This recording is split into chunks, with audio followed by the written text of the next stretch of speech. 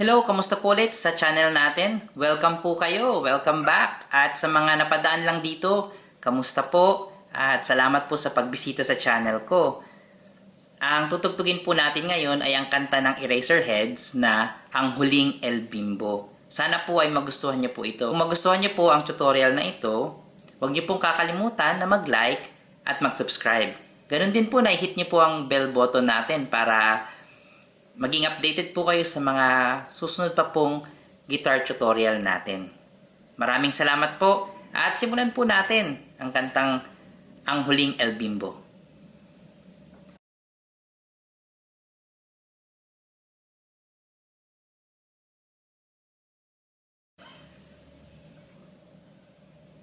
Sa Ang Huling El Bimbo natin, ang tuning natin dito ay naka half step down tayo.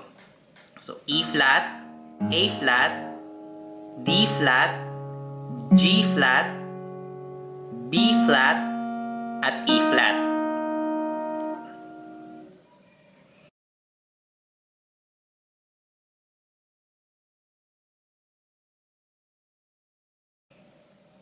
Sa intro natin, ang chords natin dito ay G, A, at C. Kung nagtataka kayo bakit iba yung form natin, so ang form na gamit dito ng Eraserheads ay G form. So ito yung root ng G, which is G, tapos A, tapos C.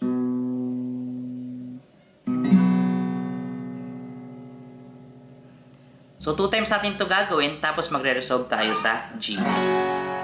Okay, so parang ganito siya.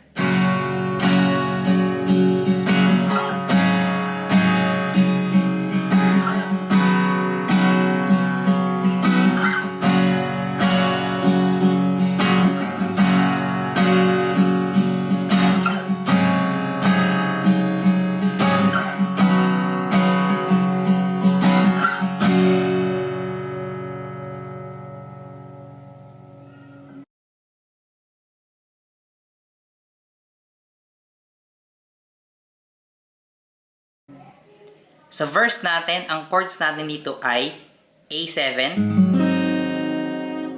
So para siyang A, tinanggal nyo lang yung gitna. So A, A7.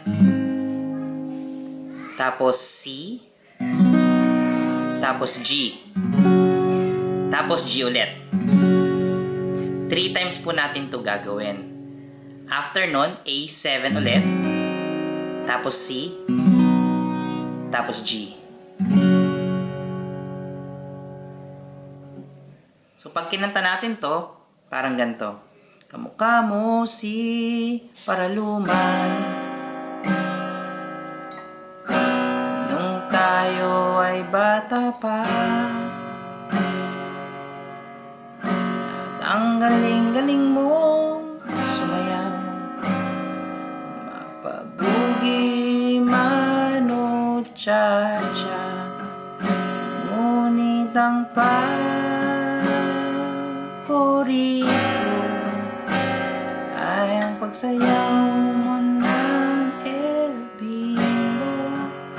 Nakakainda, nakakaaliw, nakakatindig, balahibo.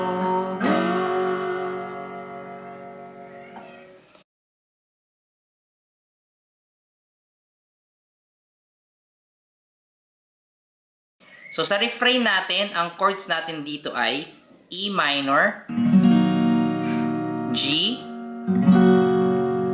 C, and D. 2 times natin itong gagawin. So pag tinugtog natin siya, para siyang ganito.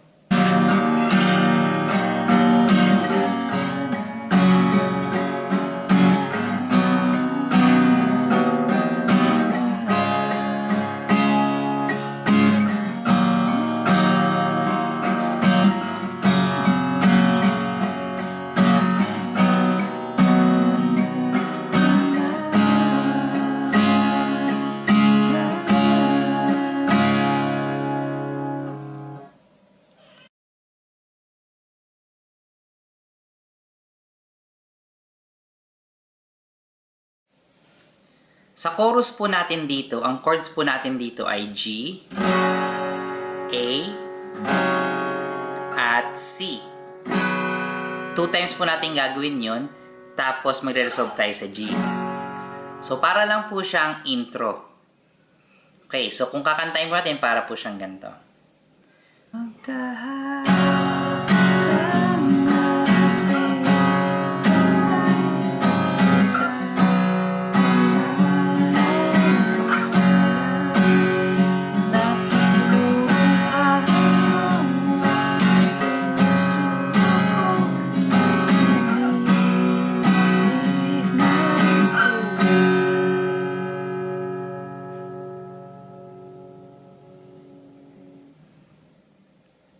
At yan po ang huling El Bimbo ng Eraserhead. Sana po ay nagustuhan nyo ang guitar tutorial natin na ito. Kung nakatulong po ito sa inyo, huwag nyo pong kakalimutan na mag-like at mag-subscribe.